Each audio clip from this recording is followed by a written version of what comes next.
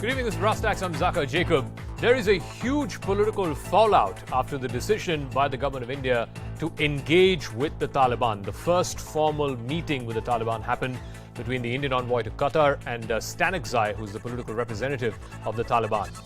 Opposition parties and leaders like Mr. Owaisi and today Omar Abdullah have taken exception to it, saying the NDA government needs to make its stand clear. Are they okay talking to a quote-unquote terrorist organization? Because if they are talking, then they need to de-recognize them or delist them as UN-sanctioned entities, now that India is also holding the rotating presidency of the United Nations Security Council. The question, though, is very simple. The government of India is very clear in why it's talking to the Taliban. At least yesterday's talks were squarely focused on the evacuation and the safe passage of the remaining Indians and other minorities in Afghanistan who wish to come to India. That's the remit. That's the scope. Nothing more. So why make it a political issue? But first, the story.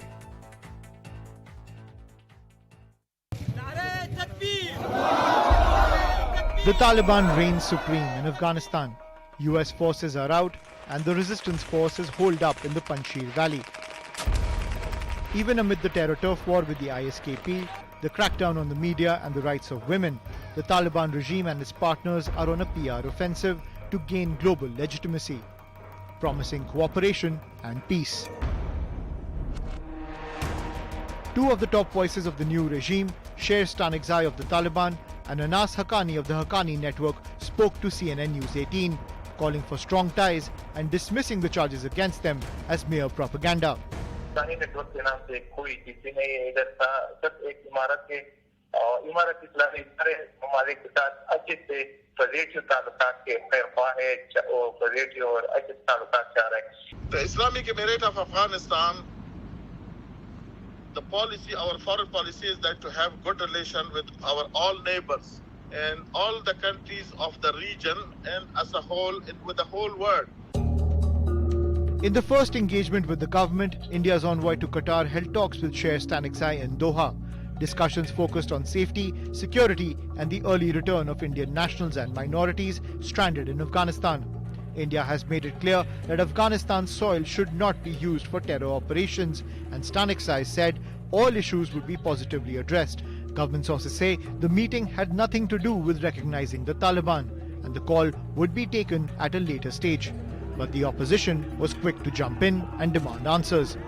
Will the Modi government bring Taliban under UAPA terror list? Either Taliban is a terror organization or it is not. Please clarify to us how you see the Taliban. The dialogue with the Taliban has sparked a political war, putting the government in a tough spot even as the diplomatic conundrum persists. In New Delhi, Ayushman Singh Jamwal. All right, so let me go straight across to our debaters tonight. Aparajita Sarangi is BJP Member of Parliament and spokesperson. Adil Singh Bopra is spokesperson of the Congress Party. We'll be joined by Praveen Swami, Group Consulting Editor with Network 18, and Vivek Kaju, former ambassador, in fact, to Afghanistan. Thank you very much. Let me start with you, Aparajita Sarangi. What Mr. Owaisi is saying, Mr. Omar Abdullah is saying today, make it clear, what is your position on the Taliban? Are you recognizing them? Are you not recognizing them? Is it a terrorist organization as far as the government of India is concerned? And if it is, then how do you justify talking to them? A very good evening to all of you. As far as the approach of India towards Taliban is concerned, there is absolutely no ambiguity in it. It is extremely clear, and right from the beginning our stand is very clear. Our main concern is to ensure the safety and security of our people. Our main concern is to evacuate them and bring them back to India. All the Indians who want to come back to India and all those Afghan nationals who want to come back to India. And you are aware of the fact that we started Operation Devi Shakti for that matter. 565 people have been safely brought back to India, including 112 Afghan nationals. Now, that was the first concern. Now, as far as the dialogue is concerned, let me tell you very categorically, very candidly, that preliminary pragmatic contact cannot be equated with formal diplomatic contact. Now, here is a nation which has no government so far. Here is a nation which does not have the recognition of India. We have not recognized Taliban. Now, establishing channels of communication is a sign of maturity, is a sign of pragmatism. Okay. I think a mature nation would definitely do this for the safety and security of its people. That's our utmost concern. Okay. Those Adil in the Goprai, opposition parties who are actually not supporting us are definitely not with the people of the country. What has been clearly articulated, and it's an on-record statement by the MEA yesterday after the meeting of the Indian ambassador with Mr. Stanexai, was the remit, the scope of the talks was simply about the evacuation of the remaining Indians and those Afghan nationals who wish to be evacuated to India.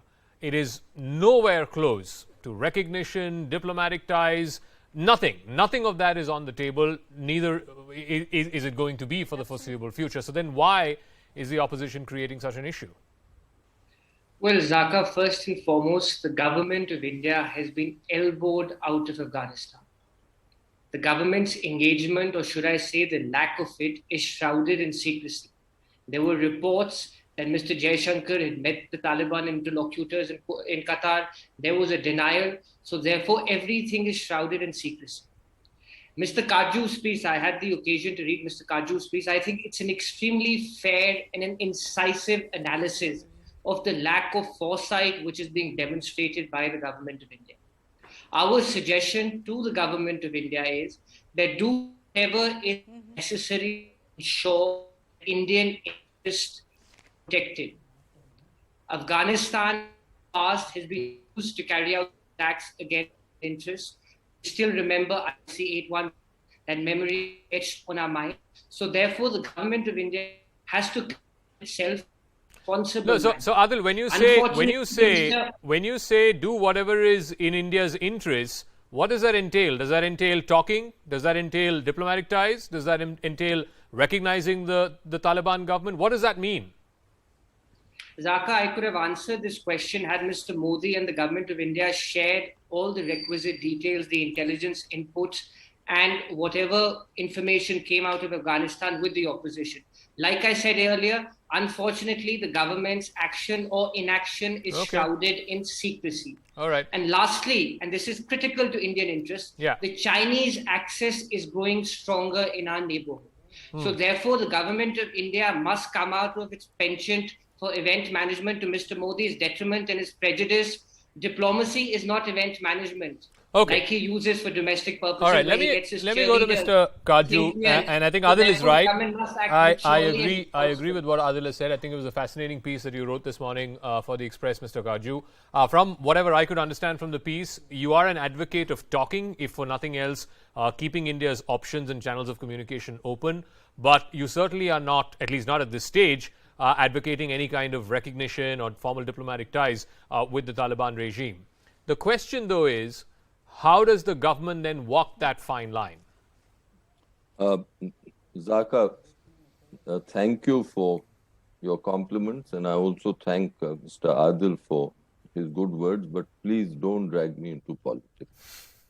I view things from a security viewpoint, from India's strategic interests, diplomatic interests, and allow me that space. Otherwise, people like me should simply shut up, because we'll be viewed from political lenses, and that won't be good for us, or I do believe for the dialogue that needs to take place in this country on such important issues. Okay. Sorry, I've taken some time on this, but you'll bear with me. Sure. Before I go further, a couple of points. One, India, as of today, does not have the UN presidency. It is now with Ireland. Correct. That is one point. The second is the MEA statement didn't only talk of evacuation. It also talked of India's red lines and security concerns. I think Deepak Mittal conveyed these, and he would have acted on instructions, and I think correct instructions from Delhi, because I have, as you've noted, been an advocate of talking with the Taliban for a number of years now, because I think our strategic interests demanded that. Today, the government, or yesterday, I think the government took a step forward and correctly in harmony with these strategic interests. I'm not in politics, but I think if I were in the government, purely from a strategic viewpoint, not politics, I would not defend, be on the back foot. Okay. Because there's much too much at stake for India's strategic interests in our entire Western neighborhood to play politics on this issue. So I would appeal to all political parties. This is a very important moment. It's a moment the political class must get together and not view it from the lenses of political parties. Now, why do I say that we should talk to the Taliban? Because of the reasons partly specified in the MEA statement, that you got to engage them because you got to tell them your red line. Yeah. And also because there are certain facts on the ground in Afghanistan. My last point at this juncture is diplomatic recognition is of government. It is premature today to speak of diplomatic recognition. And my very last statement, as I tried to explain in my article, to my mind, the word legitimacy is very loosely applied in these contexts. What is legitimacy is in a domestic context. If we enter the realm of legitimacy for governments or for states, then we enter, as I think the words I used was, it's a box best left unopened. Okay. Which government is legitimate, which is not legitimate. Yeah, is not the business of another government. Fair enough. Exactly. So it's diplomatic recognition, and there is no government there. So let me ask. There's nothing to recognize. Let me ask Praveen Swami on that note. Yes, I think on one point I'm 100% in agreement with what Ambassador Kaju said, that there needs to be a political consensus on certain issues, national security issues, and this is as much a national security issue as any other. So on that point, I completely agree with him. Here's the thing though, Praveen. Yesterday's statement by the Taliban after the meeting with the Indian envoy in Qatar says that they will not use their territory as a launch pad for attacks against India. The point though is, there's no guarantee to that. And Ambassador Kaju, of all people, will remember this most famously. Musharraf said the exact same thing way back in 2004. And it didn't amount to much. So why should... I mean, yeah, it's one thing for India to, articulate its red lines. There is no guarantee from the other side that those red lines will be, or they will operate within those red lines. Absolutely, Zakka. For that matter... Hafiz Mohammad Saeed has not admitted to this day that he carried out 2611. And I'm pretty sure that if you asked Mr. Abbas Taniqzai this question,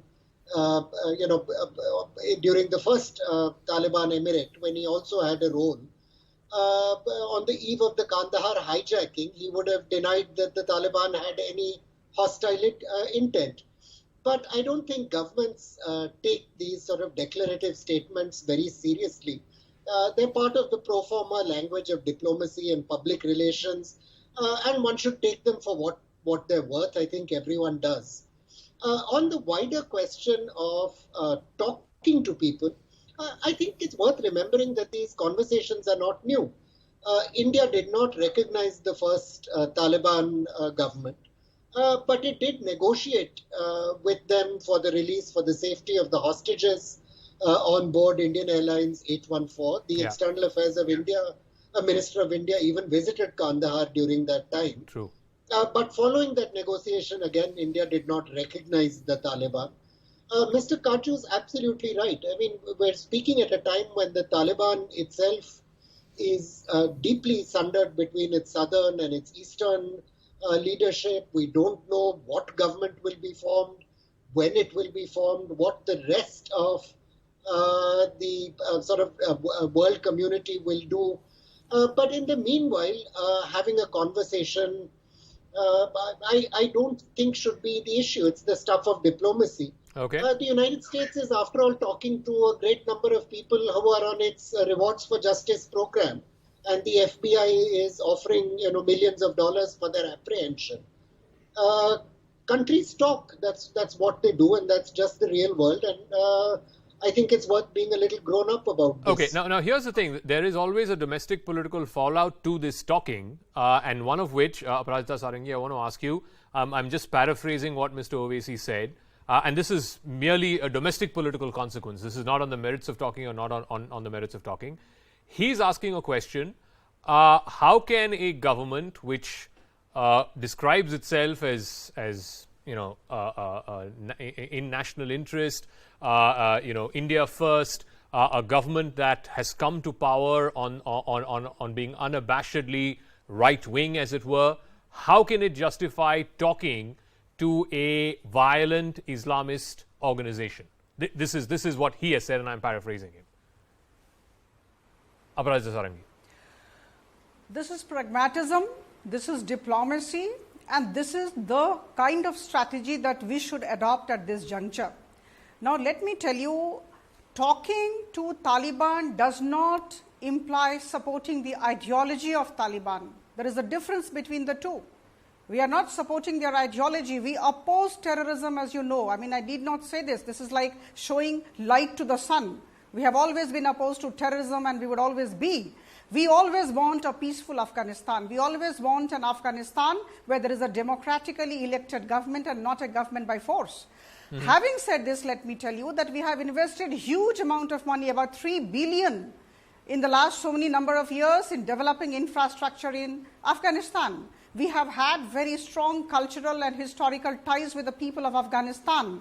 We have been loving them, and we would continue to be in touch with them.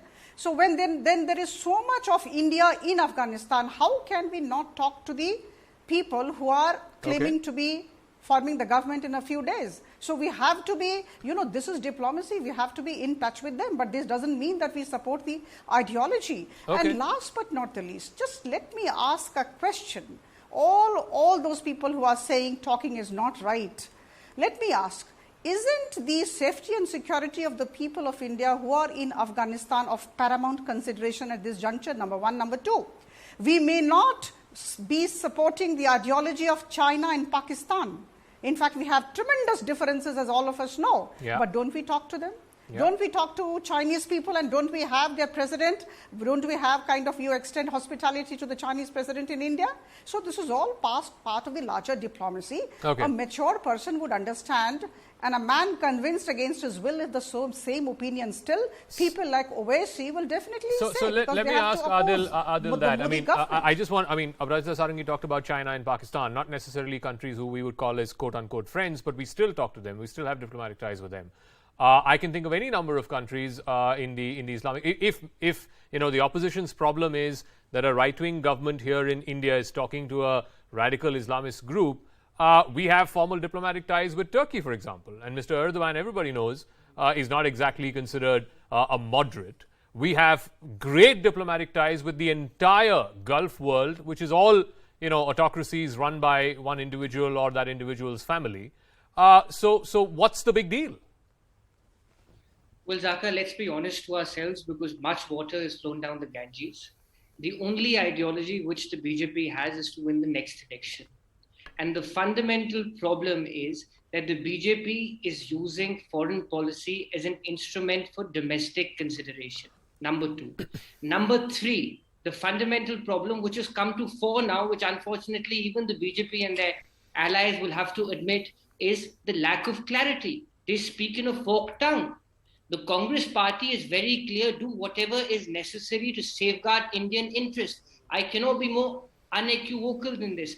But the problem is that the BJP does not have a consistent policy. We've been pushed out, like I said. Afghanistan is critical to India. We've been pushed out. We're nowhere on the table after investing $3 billion. After even training their military. Were you in power? No, hypothetically, were you in power? Would you talk or not talk to them? Like I said earlier, I can only answer that question if the entire information is available to us. The government of India has not divulged that information. All right. But let me make it very clear, Zakka. India has become persona non grata in Afghanistan, courtesy the BJP. Whether you want to admit it on camera, that's up to you. That is the reality. Mr. Kaju, to a limited extent, I think Adil has a point. I wouldn't go so far as saying persona non grata, but definitely the elbow room that we had is slowly being edged out by China and Pakistan, and of course maybe Turkey to some extent. In that context, yes, it's absolutely essential that we talk, but at some point we have to cross that bridge of are we going to recognize or not? Or are we going to be tied to whatever decision the US and the Western Bloc takes on this? 3 points. First, we should not be guided by anyone except our own national interest. Neither the United States nor Russia or China. The second point, Turkey, and it's a small point, the Turks have always had a role in Afghanistan. It's been a little obscure, but they've had a presence for more than a century now. The third point is a larger issue. And this is, I think, what our entire political class, both the ruling party, ruling dispensation, and the opposition must consider. In brief, it is this. I see China making a big play to integrate gradually, though they would like to do it as quickly as possible, countries to the west of India with their western parts. As I've often said, Pakistan is a client state. It's in their pocket. They're making a big play for Iran. They are fairly well entrenched in Central Asia. The only link which was missing from this was Afghanistan, where the Afghans, while being fascinated with China's advance, and that is the Afghans of the Afghan Republic, the leaders of that republic, I know for a fact that they were fascinated, even though they had close affinities with India. They used to talk in glowing terms about the progress China had made. So if today we don't recognize the realities, we will give China a free play in Afghanistan. And that would mean that we'll be out of the entire neighborhood. Our political class as a whole must consider this very, very deeply. And hence, this politics must stop. And I got to wrap up. I want to thank Ambassador Kajju. I think he made a great point about how the entire western side. There used to be a time when we used to talk about the string of pearls around the Indian Ocean. Something similar is happening on the western side of India with all of these countries, one after another, sort of in the circle of China, if you will. And that is something that is deeply worrying for India. And that is one very, very good reason why the government of India should engage with the Taliban, which is now the new regime in Afghanistan. Meanwhile, we're getting a piece of breaking news. I want to go to this quickly. The subdivisional magistrate of Karnal, Ayush Sinha, remember his video had gone viral where he was heard ordering cops to hit farmers on the head. He has now been transferred out. He's been moved out to another department. We're given to understand that in his new role, he will oversee data related to the Haryana Family Identity Card Scheme. In other words, he's been shunted out and in what many would see as a punishment posting of sorts. Maria Shakil, our political editor, has more details on this. Maria, so the government finally acting tough? Yes, certainly. This would be seen as the government reprimanding him. Although if you look at it, Zakka, there was almost some kind of defense that was being built by Manohar Lal Khattar in particular, although there was a clear distinction between his reaction and the reaction that had come from the Deputy Chief Minister, who said that an action should be initiated against the cop against the SDM, who is a magisterial posting, very different from a cop, and because he was not acting as per the manual, which clearly talks about how a magistrate is expected to act in a volatile situation. So because it has been found to be unethical and at the same time his choice of words was wrong, that is the reason why this action has been initiated. All right, Maria Shakil, we'll leave it at that. Thanks very much. The Karnal SDM, Ayush Sinha, has now been transferred. That's a wrap. I'll catch you again tomorrow night, same time. On the other side, it's going to be News 18 Debrief.